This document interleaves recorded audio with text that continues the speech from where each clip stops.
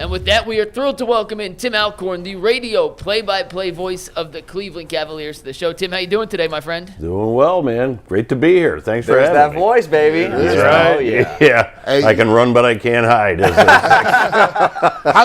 How's it feel for the Cavs to go into the All-Star break and they are cooking on all cylinders, plus another addition with DeAndre Hunter? We've been asking for a 3 for a long time. They get it. What do you expect from him moving in the All-Star break? And how does it feel to be sitting at the top of the league in the Eastern Conference with over 40-plus wins? It's crazy. Well, first of all, I was listening to you guys before I joined you here. I don't understand what this obsession is with we're not getting enough national media attention. And I agree wholeheartedly. Like, who cares? Who cares? We're 44-10. You know, Bill Parcells used to say, you are what your record says you are. Well, right now, it's one of the best in the NBA. So whether they're talking about us on a national level or not, irregardless, the Cavs are one of the top teams in the East. And certainly, I don't know if anybody saw this coming. But man, did they strike gold with the hiring of Kenny Atkinson and everything that he's implemented and how those guys have bought in to the Kenny Atkinson system. The offense is just incredible. Tim, what's the biggest difference? You've been covering the team for a while. I mean, from last year specifically with JB to now with Kenny, you talked about him. Obviously, we see the difference on the court, but just with the way that they're playing, with the way the personalities, like, what's the biggest thing that you've seen being an insider? To me, at least on the floor, obviously it's the offensive end. Yeah. I mean, what Kenny has been able to do to unlock Evan Mobley, and he talked about that at his introductory news conference days, and you were there. I mean, it was, we can find a way, and we will find a way to get two bigs to work together, which he's done with Jared and Evan Mobley, get this backcourt cooking. He thought DG would have a big bounce back year, and he did. So to Kenny's credit, he just lets these guys play. And he has a personal relationship with these guys. And I think he learned a lot of that from Steve Kerr in Golden State. And Kenny would be the first to admit when he was coaching in Brooklyn, it was just coaching, X's and O's, X's and O's. And then when he went to Golden State and he worked with Steve Kerr, he realized, man, Steve gets to these guys in a deeper personal way. And that chemistry really forms and those bonds really take place. And so I think you see a much more tighter group than we've had in the past insofar as just the relationship between the coach and the players.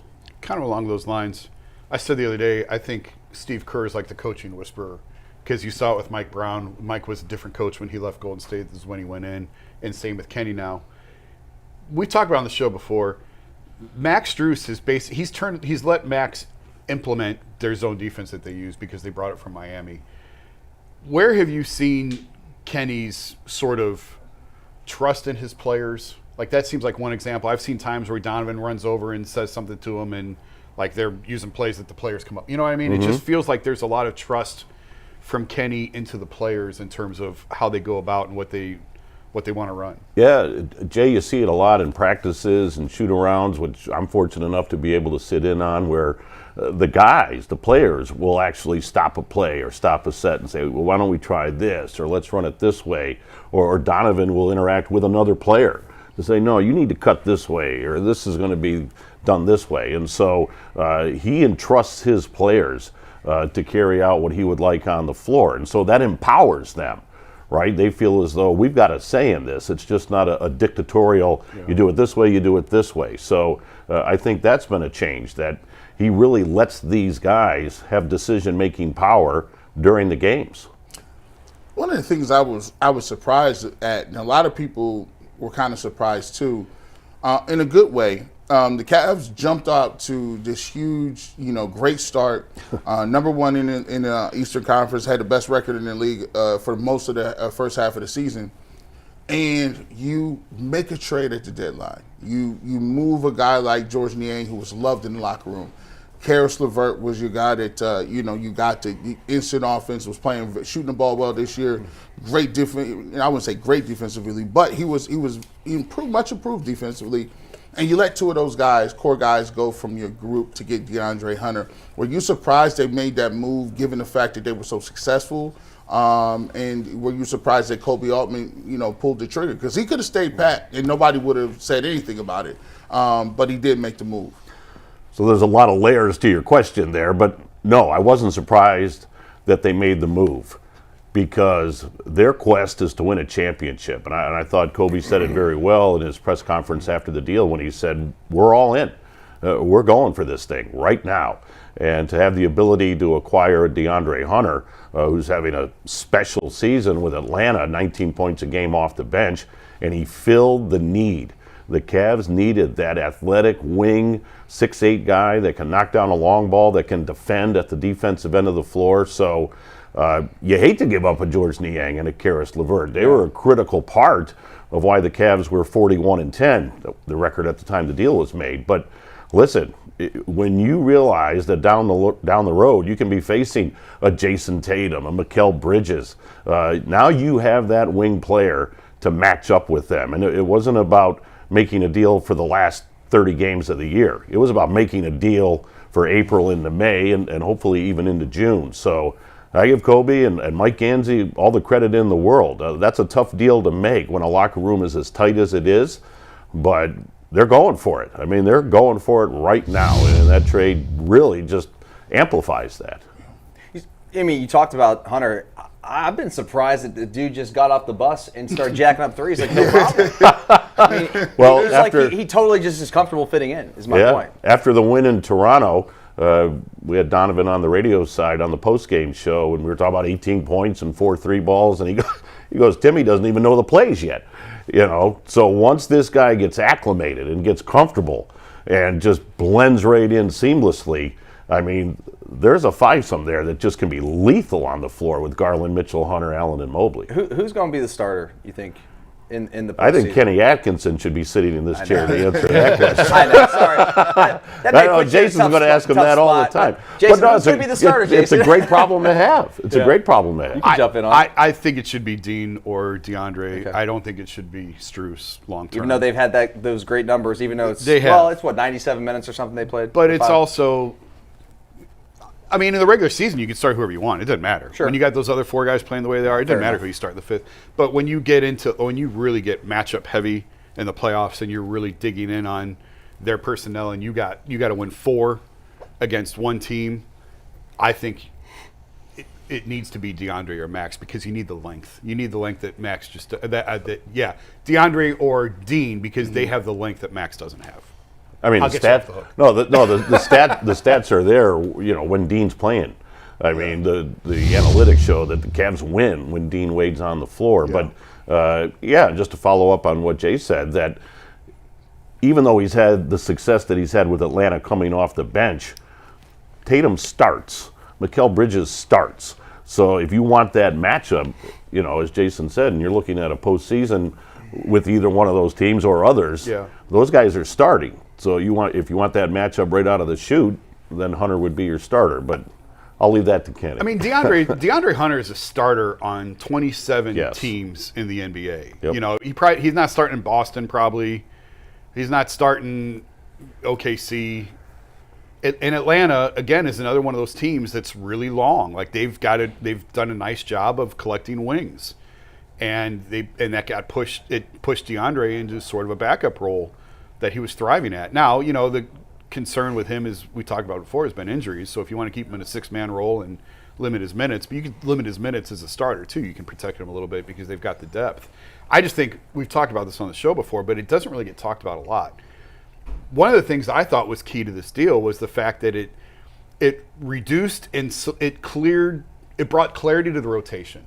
Because there was too many guys, and Kenny kept saying he wanted to play 10 in the postseason, and I just don't think that that's realistic, especially as you get deeper into the rounds, because you want your best guys on the floor, and it was hard to identify for the Cavs who that really was. I felt like this trade really sort of narrowed your focus. To me, the rotation is obviously the 4, and then whoever you want to put at that spot. I mean, Max, DeAndre, and Dean, plus the core 4 is 7, and then Ty Jerome is 8. To me, that's the 8 that you're rolling with in the playoffs.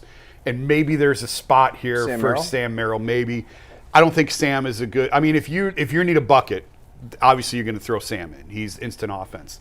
but I don't know that you're going to play extended minutes with Sam Merrill in a postseason series. So I could be totally wrong. To me, those are the 8 that I'm rolling with in a playoff series.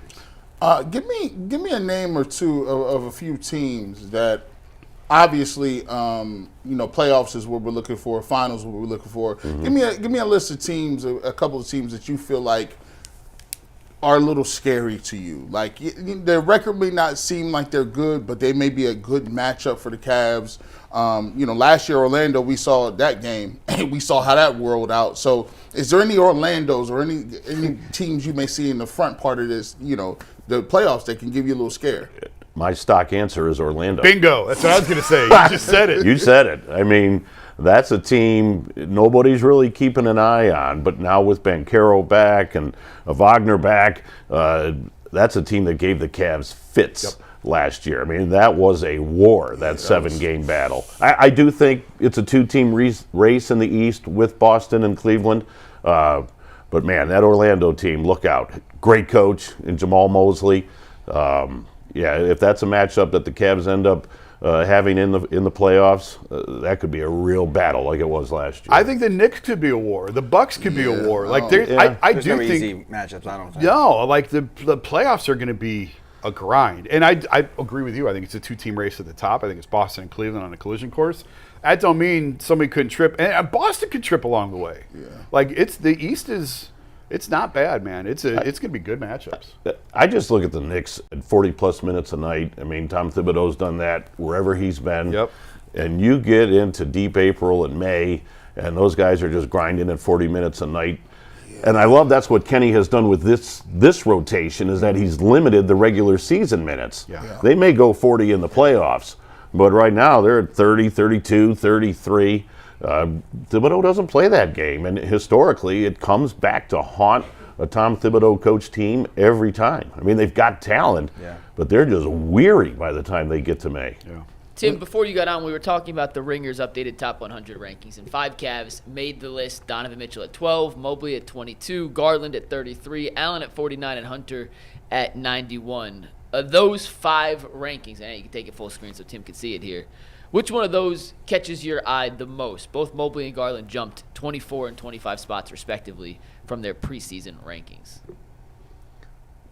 Me specifically? Who? Yeah. We did this before you got on, so I'm just curious what you think on this one, Tim. To me, it would be Mobley.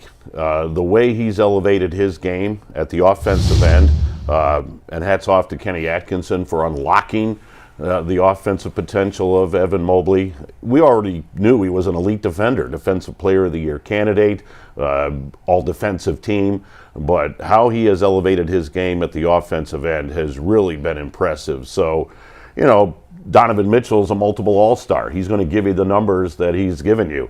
I love DG's bounce-back year.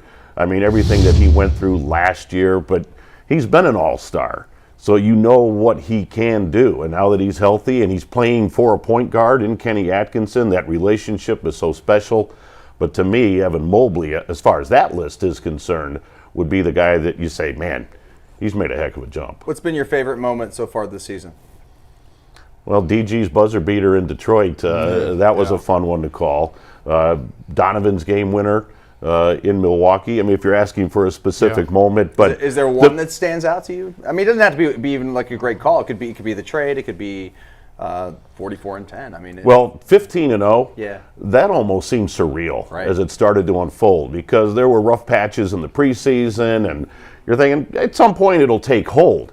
But, you win the opener in Toronto, and then you get to 4-0, 6-0, 8-0, and this thing starts building. You're like, what the hell's going on here? Then it's 10-0, 12-0, and 15-0. And all of a sudden, you're realizing this could be something special with this basketball team. And so that's when but you could also feel it. You felt it when you went into the arenas, and, the guys were like, it's one game at a time.